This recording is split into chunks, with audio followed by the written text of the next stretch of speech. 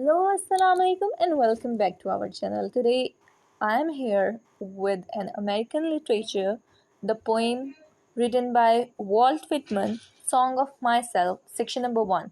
Song of Myself is a poem that is published in 1857 in the collection Leaves of Grass. तो leaves of grass actually 400 poems की collection थी और at first ये 12 poem की collection थी, but laterally वो दोबारा से पब्लिश की गई और 400 पोइम्स की कलेक्शन हो गया. अच्छा, तो लीव्स ऑफ ग्रास जो है, इसको अगर हम सेपरेटली देखें तो इसके अंदर हमें नेचर एंड इंडिविजुअल रोल देखने को मिलता है. इसके अंदर टोटली जो वॉल्ट विटमन की जो पोइम्स हैं वो democracy, nature, body and soul, death, mysticism, consciousness, unconsciousness and romance and sexuality, इन सारे थीम्स को डिस्कस करती है. ठीक है. और बेसिकली मिस्टिसिज्म सबसे ज़्यादा हमें देखने को मिलता है. मिस्टिसिज्म एक कॉन्सेप्ट होता है जिसके अंदर जो मिस्टिक लोग होते हैं वो इक्वालिटी के ऊपर, यूनिवर्सलिटी के ऊपर बिलीव करते हैं. So let's get start with section 1. और सेक्शन 1 को अगर हम देखें, I celebrate my self and Singh my self and what I assume you shall assume. So first line तो क्या बता रही है कि इसने सब्जेक्टिव अप्रोच जो है उसको अपनाया हुआ है. ठीक है. आई का वर्ड यूज़ कर रहा है, माई सेल्फ यूज़ कर रहा है, फिर दोबारा से my self, 3 word first he line के अंदर उसी से सब्जेक्टिव अप्रोच देखने को मिलती है हमें. तो वो क्या कहता है, आई सेलिब्रेट माई सेल्फ, मैं अपने आप को खुद से जीता हूँ, खुद से अपने आप को सेलिब्रेट करता हूँ, यानी कि किसी और के ऊपर डिपेंड नहीं करता, वो इंडिपेंडेंट है वो. ठीक है. एंड सिंग माई सेल्फ, मैं अपने आप को खुद ही से खुश रखता हूँ और मैं अपने लिए खुद ही अपनी तारीफ़ करता हूँ, अपने लिए खुद ही गाता हूँ, और इसी तरह मैं इंडिपेंडेंटली बगैर दूसरों के ऊपर डिपेंड किए जी रहा हूँ. And what I assume you shall assume. अब वो क्या कहते हैं, जिस तरह मैं एज्यूम करता है चीज़ों को, या मैं सेलिब्रेट अपने आप को करता हूँ, वैसे ही तुम्हें भी करना चाहिए, या तुम भी करते होगे. यू का मतलब है रीडर्स, बाकी जो इंसान है उनको, वो उनसे मुखातिब, हमसे मुखातिब होके कह रहे हैं, हमें वो कह रहे हैं कि जिस तरह मैं एज्यूम करता हूँ आप लोगों को भी वैसे करना चाहिए. यानी कि हम में भी जो है सेल्फ सफिशेंट होना चाहिए, कि हम इंडिविजुअलिस्टिक अप्रोच इसके अंदर भी हमें देखने को मिलती है ऑब्वियसली. तो फर्स्ट टाइम जो है वो हमें देख के तो यही लगता है कि वो बहुत ज़्यादा ईगोइस्टिक एटीट्यूड है या ईगोसेंट्रिक है, लेकिन नहीं, यहाँ पे सिर्फ जो वो आई का यूज़ कर रहा है इसको हम 2 एस्पेक्ट में देख सकते हैं. एक तो आई यानी कि वो खुद है, लेकिन वो जनरली पूरी इंसानियत की बात कर रहा है, ह्यूमन बीइंग की बात कर रहा है, अमेरिकन पीपल की बात कर रहा है कि वो भी उसकी तरह ही है, यानी कि उनको भी वैसे ही सेलिब्रेट करना चाहिए और उन सबको वैसे ही सोचना चाहिए जिस तरह के वो सोच रहे हैं, या बाकी सब भी वैसे ही सोचते होंगे. For every atom belonging to me as good belongs to you. अब देखें, अब हमें इस लाइन से हमें पता लगता है कि वो यूनिवर्सलिटी की बात कर रहा है, ब्रदरहुड की बात कर रहा है, इंटरकनेक्ट कर रहा है सबको. वो क्या कह रहे हैं, एवरी एटम यानी कि हर पार्टिकल जो है मेरे अंदर है, जिस चीज़ से मुझे बनाया गया है उसी से तुम्हें बनाया गया है. वैसे ही हर इंसान मट्टी से बना है, जिस तरह वो मट्टी से बना है उसके अंदर भी वही पार्टिकल्स हैं, वही ऑक्सीजन और ब्लड और कैल्शियम, पोटाशियम, विटामिन, सब कुछ वैसे ही चाहिए. वाटर का इंटेक भी, मतलब हर चीज़ वैसे ही चाहिए जिस तरह बाकी इंसानों को चाहिए. सारे एक ही पार्टिकल से, एक ही तरह के एटम से मिलकर बने हैं, यानी कि कुछ भी डिफरेंट नहीं है. ठीक है. ब्रदरहुड का यहाँ पे थीम हमें देखने को मिला है. फिर I love and invite my soul. Love का मतलब होता है, मतलब एमलेसली, केयरलेसली वो अपने साथ वक्त बिताता है, बगैर परवाह किए हुए कि क्या टाइम गुजरी जा रहा है और क्या हो रहा है सब कुछ.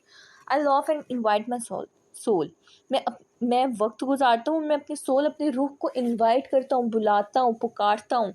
I lean and loaf at my ease, observing a spear of summer grass. अब क्या कह रहे हैं, लीन का मतलब झुकना है, मैं झुकता हूँ, मैं वक्त गुजारता हूँ अपनी पीस के लिए, अपनी ईज के लिए, अपनी ट्रैंक्विलिटी के लिए. और वो उस वक्त में क्या करता है, वो ऑब्जर्व करता है. किस चीज़ को ऑब्जर्व करते हैं, स्पीयर को.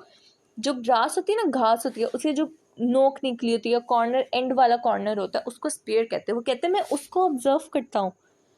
जो समर ग्रास होती है उसके स्पीयर को, उसके वो किसी और चीज़ की बात नहीं करा, वो किसी फूल, गुलाब या फिर ऐसे, क्योंकि वो जो चीज़ें होती हैं, फ्लावर्स होते हैं, वो हर जगह के डिफरेंट होते हैं, वो एरिया वाइज डिफरेंट हो जाते हैं, एरिया वाइज मिलते हैं। जैसा रेड रोज़ है, वो कहीं मिलते हैं, कहीं नहीं मिलते, कहीं पे पिंक रोज़ मिलते हैं, कहीं पे ब्लैक रोज़ तो बहुत ज़्यादा रेयर है, लेकिन वो मिलते हैं।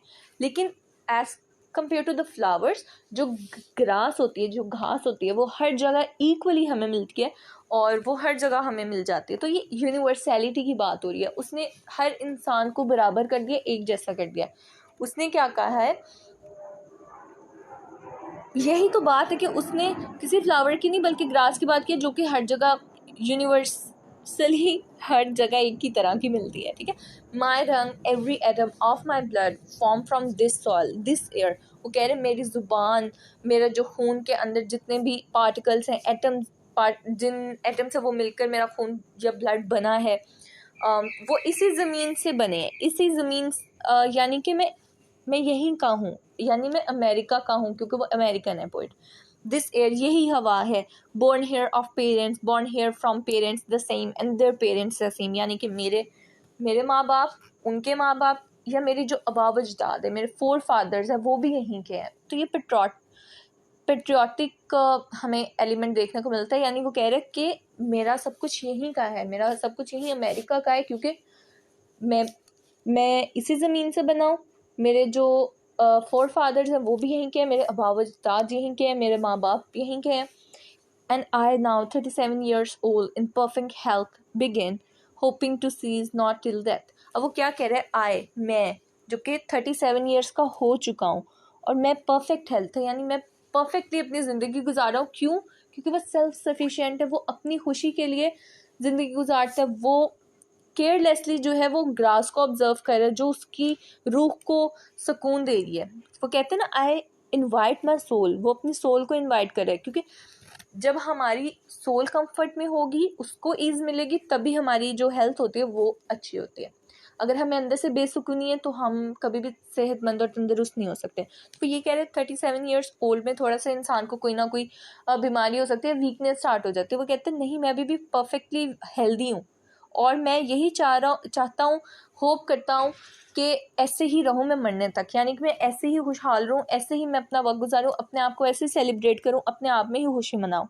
Creeds and schools and abeyance, creed का मतलब होता है फेथ या रिलीजन या नस्ल को कह लें आप, एंड स्कूल्स इन एबियंस, अब इसका मतलब है टेम्पररी स्टेट, या फिर इसको एबियंस का मतलब है छोड़ देना।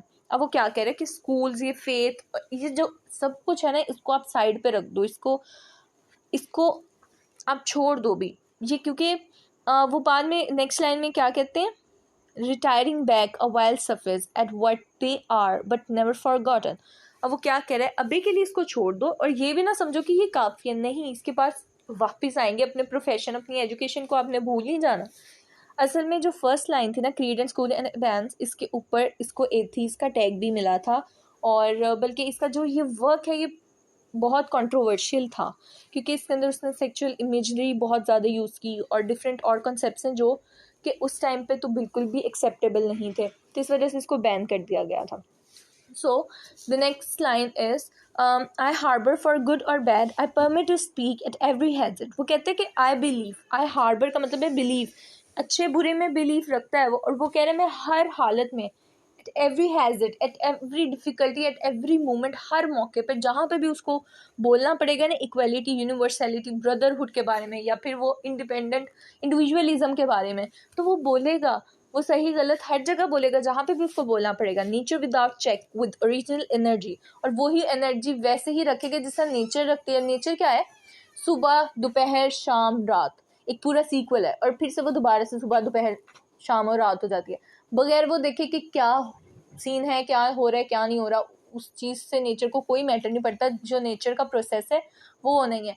इंसान जिस समय वो पैदा होता है वो मर जाता है, तो ये नेचुरल जो प्रोसेस है ये सारा कुछ वैसे का वैसे ही होता है। So that's it, section 1। अल्लाह हाफिज़, please like, comment and share.